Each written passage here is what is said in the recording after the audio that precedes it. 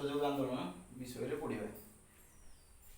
ओडिशार असहयोग आंदोलन समय विशिष्ट व्यक्ति मान नाम थिला गोपबंधु दास, गोपबंधु चौधरी, भागीरथी महापात्र, निरंजन पट्टनायक, যদুমণি মঙ্গরাজ, হরিকৃষ্ণ মহতাব।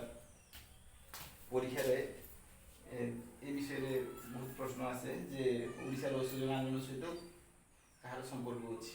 তো 4টি অপশন থিব, 4টি অপশন মধ্যে এই ମାନଙ୍କ নাম ভিতর গোপবন্ধু দাস, গোপবন্ধু চৌধুরী, ভাগীরথী মহাপাত্র, নিরঞ্জন পট্টনায়ক, যদুমণি মঙ্গরাজ, হরিকৃষ্ণ মহতাব এମାନଙ୍କ নাম সহিত ଭାରତର ଅସହଯୋଗ ଆନ୍ଦୋଳନ କିଛି ବ୍ୟକ୍ତିଙ୍କ ନାମ ମିଶିକି ରହିଥିବ।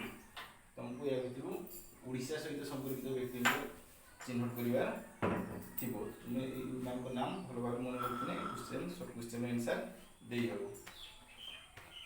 ଦେଖିବା ଓଡ଼ିଶାର ଅସହଯୋଗ ଆନ୍ଦୋଳନ ଭାରତୀୟ ଆନ୍ଦୋଳନ ସହିତ ପ୍ରାୟ ସମାନ ଥିଲା। ଖାଲି ବ୍ୟକ୍ତି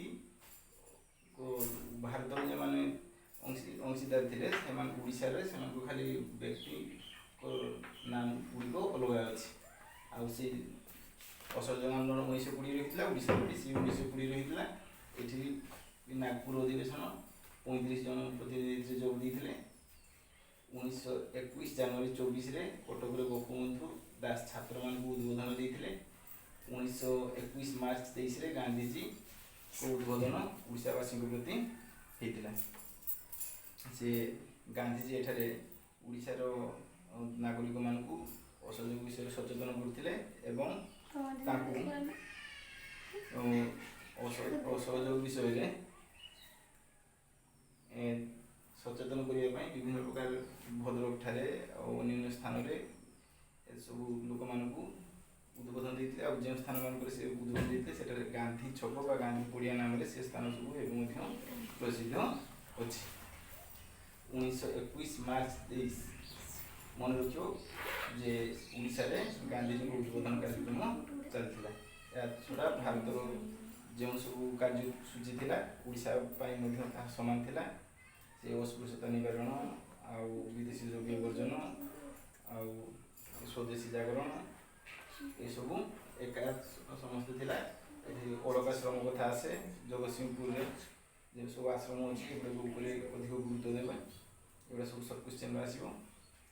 ଏହାଛଡ଼ା ଓଡ଼ିଶାର ଅସହଯୋଗ ଆନ୍ଦୋଳନ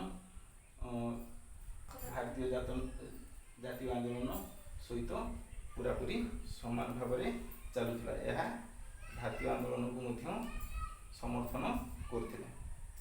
ଆଉ ଏଇ ଓଡ଼ିଶା ଅସହଯୋଗ ଆନ୍ଦୋଳନରେ ଓଡ଼ିଶାର ବିଶିଷ୍ଟ ବ୍ୟକ୍ତି ଯେଉଁମାନେ ଥିଲେ ଗୋପବନ୍ଧୁ ଦାସ, ଗୋପବନ୍ଧୁ ଚୌଧୁରୀ, ଭାଗୀରଥୀ ମହାପାତ୍ର ଏମାନେ ପରବର୍ତ୍ତୀ ସମୟରେ କଂଗ୍ରେସର ଜଣେ ପ୍ରଖ୍ୟାତ ନେତା ଭାବରେ ଆବିର୍ଭୂତ ହୋଇଥିଲେ। ଆଜି ପାଇଁ ଏତିକି।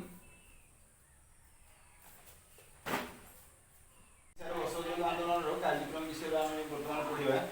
ଯେ ଓଡ଼ିଶାର ଅସହଯୋଗ ଆନ୍ଦୋଳନ କାର୍ଯ୍ୟକ୍ରମ ଥିଲା ବ୍ରିଟିଶ ଦ୍ରବ୍ୟ, କୋର୍ଟ କଚେରୀ ବର୍ଜନ, ଆଉ ଶିକ୍ଷାନୁଷ୍ଠାନ ବର୍ଜନ, ଆଉ 2 ନମ୍ବର ଥିଲା ଖଦୀର ବ୍ୟବହାର ଓ ଚରଖାର ପ୍ରଚଳନ, ଆଉ 3 ନମ୍ବର ଥିଲା ହିନ୍ଦୁ ମୁସଲମାନଙ୍କ ମଧ୍ୟରେ ଏକତା ପ୍ରତିଷ୍ଠା କରିବା, ଆଉ 4 ନମ୍ବର ଥିଲା ଅସ୍ପୃଶ୍ୟତା ନିରାକରଣ ଆଉ ନିଶା ନିବାରଣ, 5 ନମ୍ବର ଥିଲା ଜାତୀୟ ଶିକ୍ଷାର ପ୍ରଚଳନ। ଏହିସବୁ କାର୍ଯ୍ୟକ୍ରମ ନେଇ ଓଡ଼ିଶାର ଅସହଯୋଗ ଆନ୍ଦୋଳନ ସଂଗଠିତ ହୋଇଥିଲା। ଆଉ ଏହି ସମୟରେ କେତେକ ଗୁରୁତ୍ୱପୂର୍ଣ୍ଣ ଅନୁଷ୍ଠାନ ଗଢ଼ି ଉଠିଥିଲା, ଯେପରି ଉତ୍କଳ ସ୍ୱରାଜ ଶିକ୍ଷା ପରିଷଦ କଟକଠାରେ ଗଠିତ ହୋଇଥିଲା, ସ୍ୱରାଜ ସେବକ ସଂଘ, ସ୍ୱରାଜ ଆଶ୍ରମ ଏସବୁ କଟକର ସ୍ଥାପିତ ହୋଇଥିଲା। କିନ୍ତୁ ଅଳପ ଆଶ୍ରମ ଜଗତସିଂହପୁରରେ ହୋଇଥିଲା, ଆଉ ସ୍ୱରାଜ ମନ୍ଦିର ବାଲେଶ୍ୱରରେ ଅନୁଷ୍ଠିତ ହୋଇଥିଲା। ଏସବୁ ଅନୁଷ୍ଠାନ ଗୁଡ଼ିକ ଯେ ଓଡ଼ିଶାର ଅସହଯୋଗ ଆନ୍ଦୋଳନକୁ ବହୁତ ସହାୟକ ହୋଇଥିଲା। ଆଉ ଓଡ଼ିଶାର ଅସହଯୋଗ ଆନ୍ଦୋଳନକୁ ଏହା ଅଧିକ ଦ୍ରୁତଗତିର ବଢ଼ାଇ ପାରିଥିଲା। ଏହି ସମୟର ଗୋପବନ୍ଧୁ ଦାସ, ଗୋପବନ୍ଧୁ ଚୌଧୁରୀ, ହରିକୃଷ୍ଣ ମହତାବଙ୍କର ପ୍ରବଳ ଉଦ୍ୟମ ଯୋଗୁଁ ଏହି ଆନ୍ଦୋଳନ ଓଡ଼ିଶାରେ ସଫଳ ମଧ୍ୟ ହୋଇଥିଲା।